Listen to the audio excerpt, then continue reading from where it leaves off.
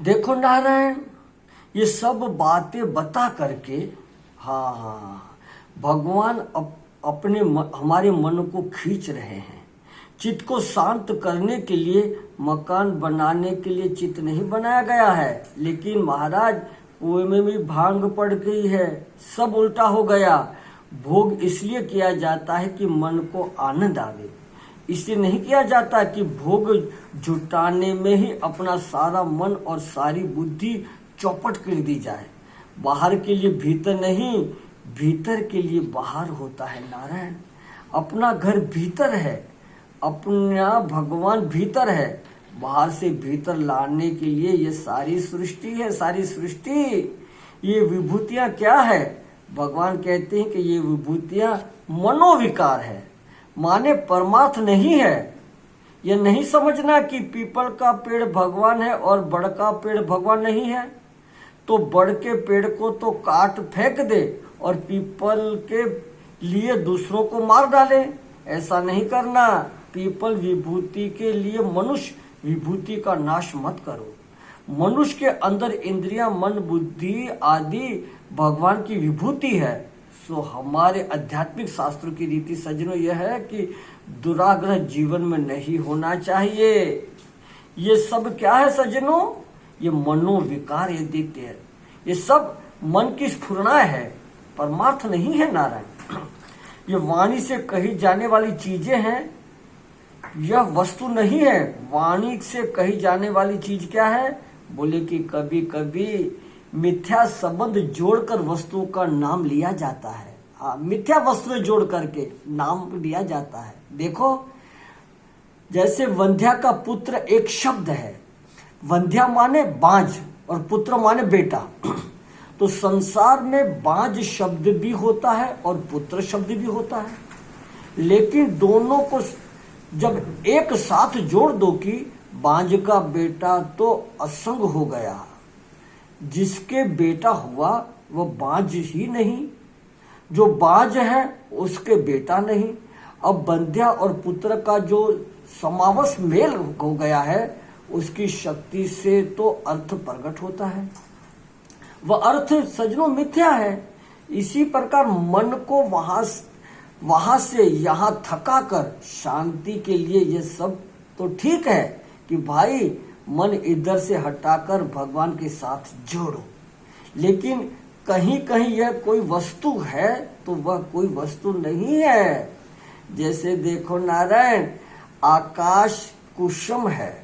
आकाश कुसुम है तो आकाश भी होता है और कुसुम भी होता है।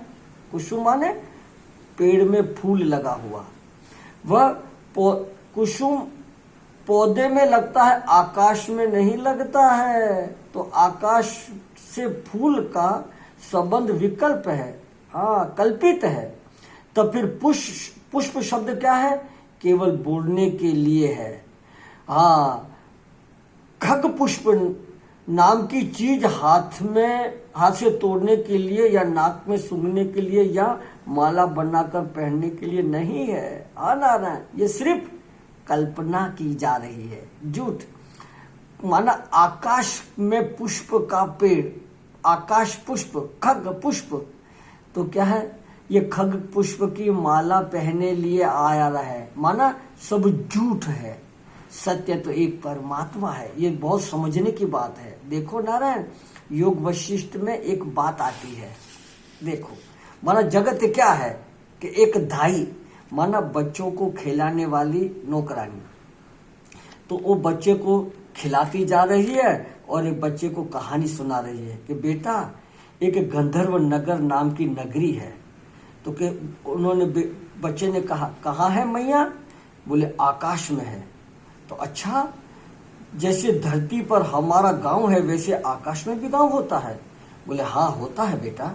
वहां के राजा कौन है? तो दाई ने बताया कि वहां का राजा बंध्या पुत्र है। बोले अच्छा, उनके तो मुकुट भी होगा मैया? बोले हाँ। कौन सा मुकुट पहनना?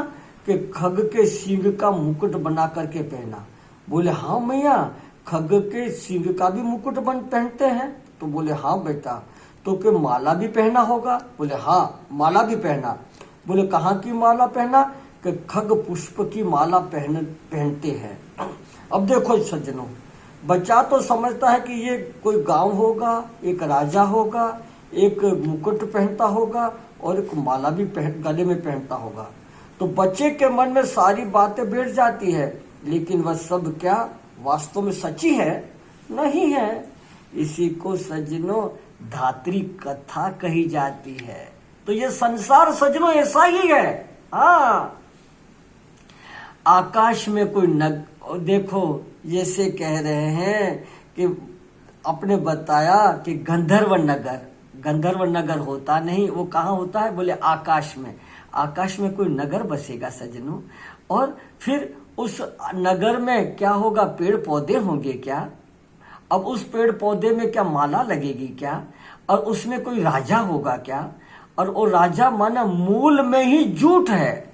हाँ नारायण, उस झूठ को ऐसी तरह बनाया गया कि सच को भूल गए और झूठ में उलझ गए।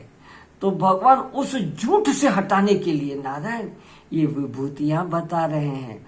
अगर झूठ की ही कहानी सुननी है तो उसमें विभूतियां जोड़ करके हमारे मन को ईश्वर तत्व की तरफ लगाते हैं।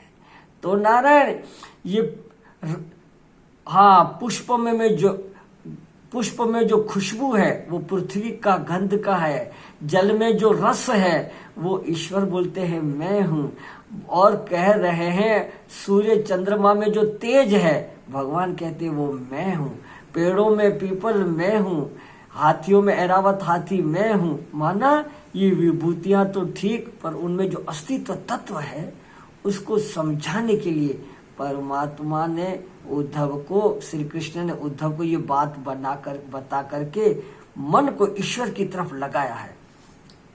तो नारायण ऐसे ही बोले जाते हैं, जिस वस्तु को विषय मानकर वाणी से वर्णन किया जाता है वह तो वाचारंभ विकारो, नाम मात्र है, विकार है। जो मूल वस्तु है वही सत्य है और वह मनोविकार, बाकी सब मनोविकार है।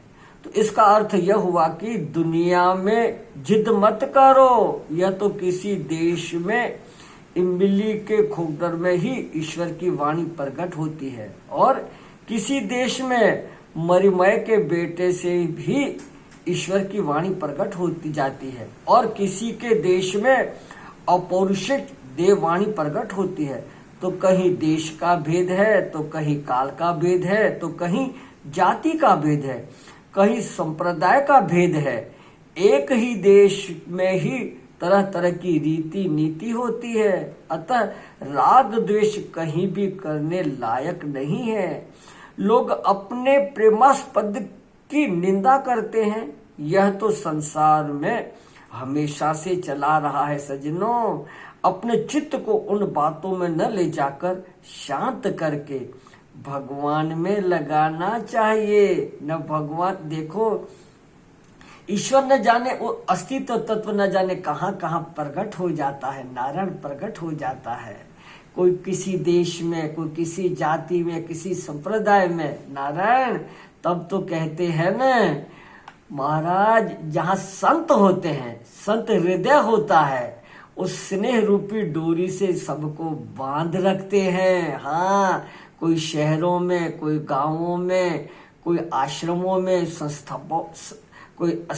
संस्थाओं में एक संत हृदय प्रकट होता है। किसी देश में, किसी काल में, किसी जाति में, वो ऐसी तरह अपने स्नेह रूपी डोरी से सबको बांध रखते हैं। और जहाँ संत नहीं होते हैं, संत हृदय नहीं होता है, वो धीरे धीरे बिखर जाता है। वो अपनी अपनी वाणी, अपनी बात, अपनी जिद लोग आपस में रखना चाहते हैं, और नारायण आपस में राग द्वेष करने लग जाते हैं। देखो न, कोई कहते ये उत्सव मनाओ, कोई कहते नहीं मनाओ, कोई कहते कोरोना है, कोई कहते नहीं पैसों की कमी नहीं है, आदि आदि एक दूसरे की जिद करके आपस में लड़ते हैं। पर जहाँ संत हृदय होता है न, उनकी बात सब मानते हैं। क्यों? कि वो सब स्नेह रूपी डोरी से सबको बांध रखते हैं। बोले हाँ भैया हाँ, वे राग द्वेष में अहंकार में नहीं पड़ते हैं। तो कहते हैं न संत लोग, कर गंढन जी गाल छिनन में छा रखे थई। आहा, माना रेमन धागा प्रेम का मत चीटो टूट जाए, टूटे से फिर ना जुड़े, जुड़े तो गांठ पड़ जाए। आपस में मेरी तेरी करके जीवन बिगाड़ना ना चाहिए। हाँ भैया हाँ, तो रज्जब रोशन कीजिए, कोई कहे क्यों ही, हंसकर उत्तर दीजिए हाँ बाबा यूं ही करेंगे। तो नारायण परिस्थितियों को देख करके, समय को देख करके, और नारायण आजकल हम आप लोग देख रहे हैं कि सरकार ने न जाने कैसी चाल चली है, राजनीति समझ में नहीं आती है नारायण, कि कलयुग में न जाने क्या क्या लोग मन घड़ित कर देते हैं। तो लोगों के काम धंधे चौपट हो गए हैं, बेचारों के आना जाना चौपट हो गया है। तो उसमें राग द्वेष न करके समझदारी का रास्ता निकाल करके आपस में उत्सव मेले क्रियाएं कार्य जो संस्थाओं में, आश्रमों में, गांवों में, रीत रिवाजों में, त्योहारों में चलता है, आपस में समझ करके चला करके जीवन बिताना चाहिए। तो ठाकुर ये विभूतियां बता रहे हैं, तो विभूतियों से ही प्रेम करें। हाँ, मानो उसमें भगवान देखे पर दूसरे से द्वेष ना करे। हाँ, कि ये तो भगवान की विभूति और ये निकम्मे हैं। नहीं, भगवान कहते हैं सब मम प्रिय सब मम उपजाए। तो सजनों